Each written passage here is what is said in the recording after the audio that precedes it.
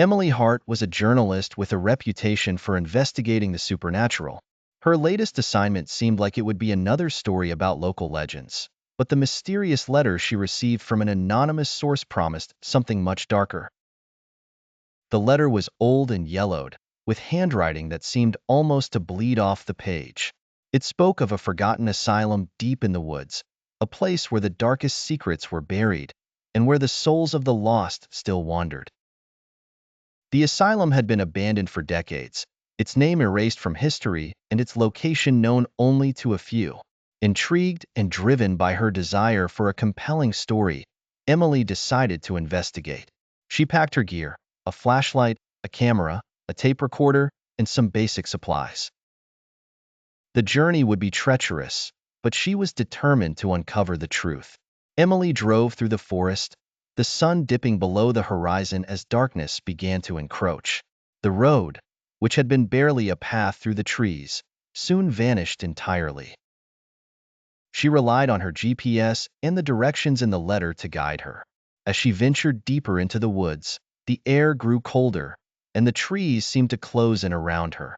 The forest was eerily silent, the usual sounds of wildlife replaced by an oppressive stillness. Emily's car jolted and bumped along an uneven track until she finally came to a stop at what appeared to be the remains of a gate, overgrown with vines and rusted with age. The asylum loomed in the distance, its silhouette dark and foreboding against the twilight sky. It was a massive structure, its Gothic architecture suggesting a long history of sorrow and despair.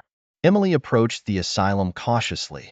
The front entrance was blocked by a heavy iron door, but a side window was broken, allowing just enough space for her to slip inside. She carefully climbed through the shattered glass, landing in a dust-covered hallway. The interior of the asylum was as unsettling as its exterior. The air was thick with the scent of mildew and decay. The walls were lined with peeling paint, and the floors were littered with debris.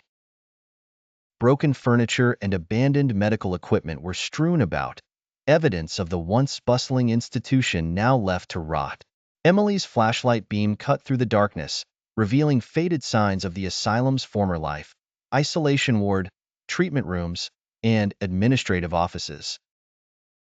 Each sign seemed to whisper the suffering that had once taken place within these walls.